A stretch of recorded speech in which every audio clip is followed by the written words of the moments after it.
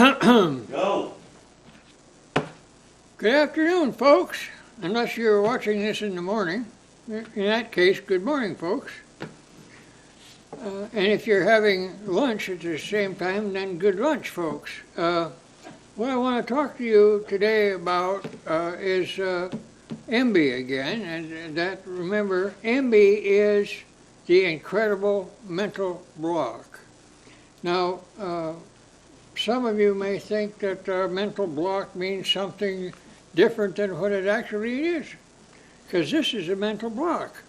But there are human mental blocks that you have to deal with almost every day. And some of you do well with that, and some of you do not do well with that. So one of the things I wanted to emphasize, well, incidentally, within the book is the birthing process. Now you may say, what? A birthing process? Yes. A birthing process is a way for you to have the block and to transmit to it pieces of yourself. That is, the block becomes a representative of you. Now, children are often said to have transitional objects, which you've seen a child go after a blanket when he's apart from it because he feels uncomfortable with it. Well, then he gets the blanket and now he feels comfortable with it. That's a transitional object.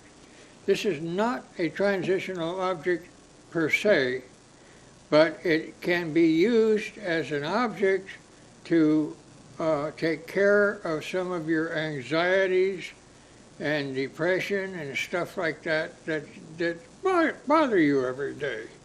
So, but that's what the birthing process is about. So I would, when you get your Embie, I would advise you to go through the birthing process in the book, and you'll feel much better with it, and so will your Embie. In order to do the best with it, you need to have a relaxation protocol, a relaxation series of steps for yourself. And by doing that, what you do is you take yourself out of the everyday, very busy kind of mental wavelengths that going on like that to a very slower one, which is called an alpha wavelength. Now, it's hard just to say, oh, turn on alpha. No, you don't do it that way. You have to develop a way of slowing yourself down so that you arrive at an alpha, what would seem to be an alpha, which is relaxation and deep relaxation. And there you can deal with some of your problems and whatnot, but not too sharply, because it's a relaxation thing. And that's the stuff, that's the situation that allows yourself to refresh itself and to grasp new things when they're available. Now, I'll have to talk about that some other time, about grasping new things when they're available. So, incidentally, I haven't had a word from Atos in these last 2 weeks, so I don't know what's going on. Maybe he doesn't like what I have to say, but I expect to hear from him before too long. And we'll continue with our talk about gravitation and how to make things do that. Let's see here now. Let's go to understanding what it feels like when you are in deep relaxation. When you're in deep relaxation, the world just kind of kind of floats by. And some of the stuff that you're intensely worried about, that also just kind of floats by. You're not paying a whole lot of attention to it. Now, the reason they call that a alpha is that they can put these things on your head that will measure what your brain wave is according to that. And the alpha is the slow brain wave. Now, you don't have one of those in your house, so you have to think of other ways that you can measure that on yourself. And one of those is the allowing things to just kind of float by, allowing your muscles to relax deeply. You don't have to do anything. You just gotta relax and take deep breaths. And if you go like, say 5 deep breaths. You take a deep breath and hold it a bit and then let it out real slow. Then take another one and let it out real slow. And with each one that you do, your body becomes more relaxed. You allow it to become more relaxed until you get to the place where you're deeply relaxed. Now you'll get deeper and deeper as you practice this. And let me suggest to you that you can do that several times a day. I learned how to do it when I was in meetings that were very boring. But I would sit there, and for all practical purposes, I was paying rapt attention to what was going on. But I was in a deeply relaxed state and not moving or doing anything, just that. And it feels good because your body relaxes, you take a break, and it really is taking a break for your body and your mind. So I would suggest you do that, well, maybe whenever you want to, but just get the idea that you can do it, You don't, and don't force yourself to be relaxed. You can't do that. You can't be tense to relax and relax. You can't do that. It doesn't work. They're just opposites. So if somebody says, "Oh, just relax," no, you have to go through those steps that will relax you, and you don't pay any attention to the intensity with which somebody wants you to relax. So let's see now. Where was I? We were talking about the beta and the alpha. The alpha brainwave is where we wanted to get.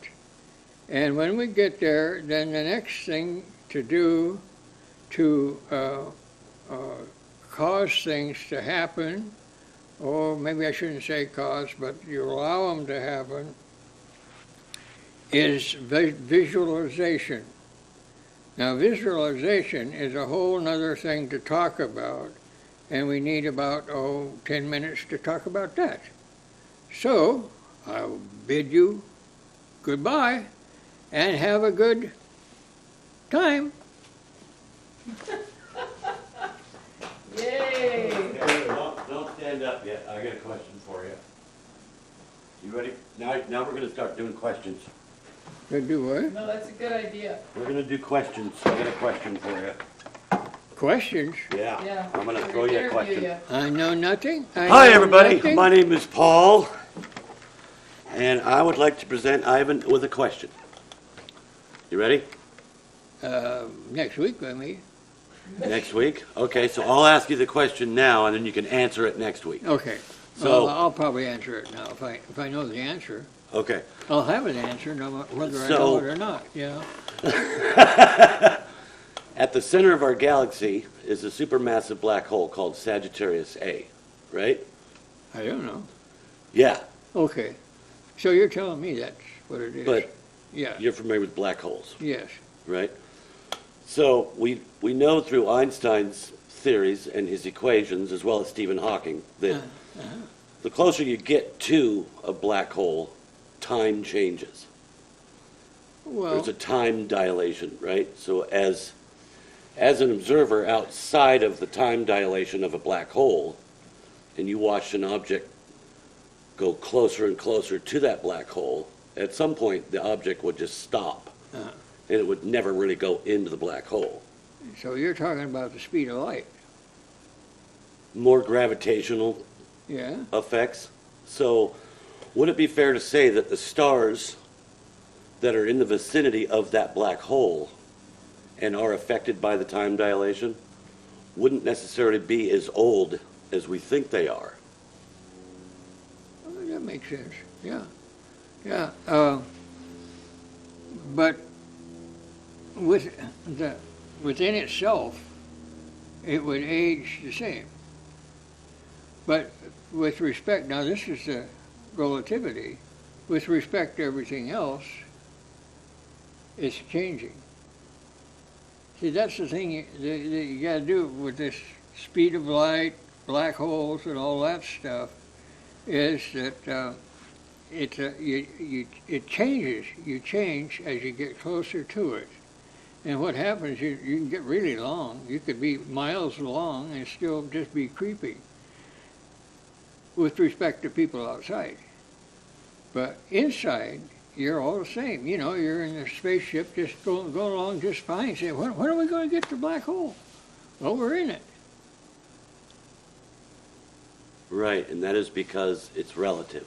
Yeah. It's relative to the observer inside or near to the black hole compared to the people that are outside of Absolutely. that time dilation. So that's time doesn't change for them because they're inside of it. Yeah. They would fall into that black hole as normal. Yeah, if But there is one there. if yeah. there is one there. Yeah. The observers outside of that would see the effect of the time change, Yeah. and that individual or object would just literally slow down and almost stop, and it would never go into the black hole.